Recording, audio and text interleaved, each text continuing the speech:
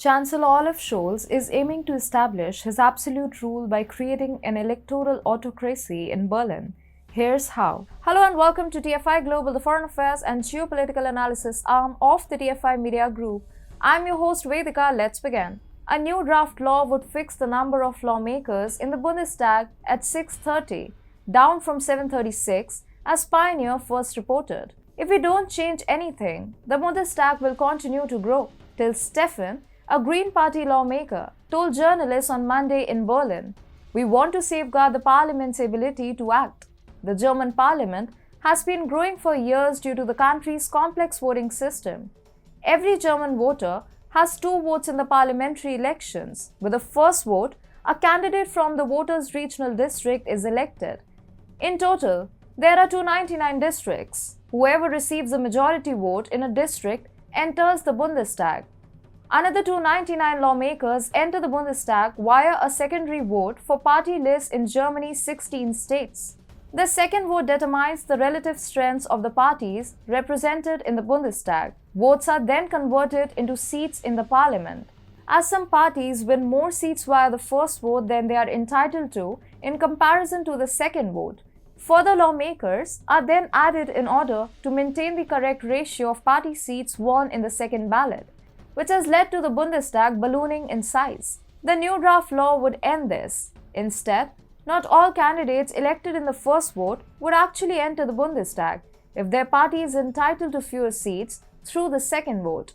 To put simply, you might win your constituency, but they could still refuse to seat you in the Bundestag. So much for democracy, huh?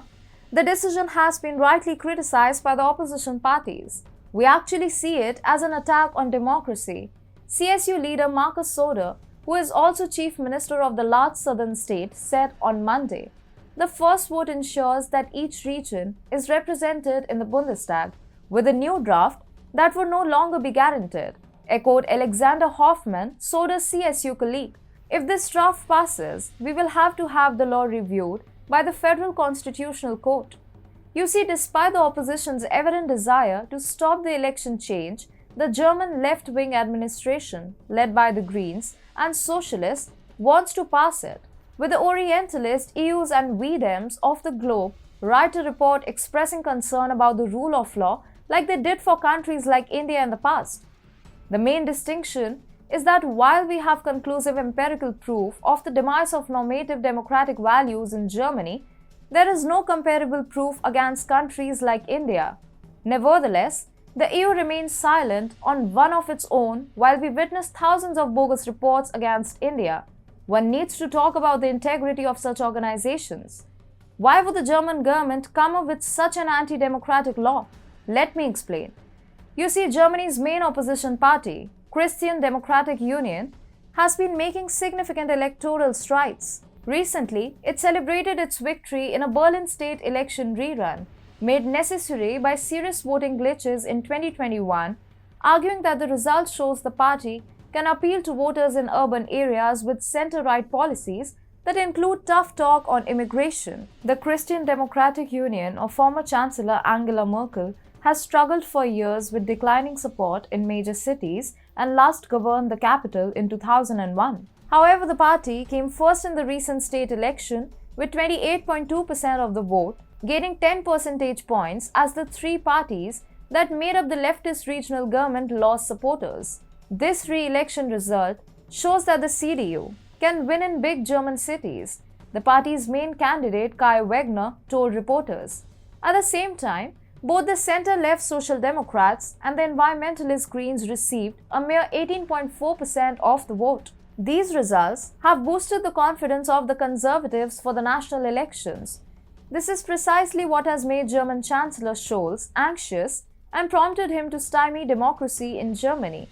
Instead of engaging the Conservatives in a genuine fight, Scholz is attempting to rig the electoral process in his favor. Yet, dear Chancellor, no amount of bluster could alter the truth that the German people have been furiously irritated ever since you assumed control of Berlin. And why would they not? Under Scholz, Germany has become a real-life nightmare with severe food and energy shortages. Moreover, the German Chancellor is one of the most unpopular leaders of Germany. If his approval ratings are to be mentioned, the German Chancellor has a 33% approval rating, which is almost half of what he used to have prior to the Ukraine war. Scholz is so unpopular that the leader was also heckled by Germans over protests for cost of living. His coalition partners' conditions are also similar. Robert Habeck was Germany's most popular leader once. Now, his own partymen are in no favor to support him. Reality is looking grim for Scholz and his party. He knows he will never come to power with popular support, so he has decided to alter the democratic process itself. The hunger for power makes politicians do things that the country has to pay a price for, and Olaf Scholz is a living example of it. All things considered, the Chancellor has no longer any support from the German people. Regardless of the government's efforts to enact unconstitutional legislation and rig the elections, no amount of such unethical interference could enable Scholz to win the election without the backing of the popular vote.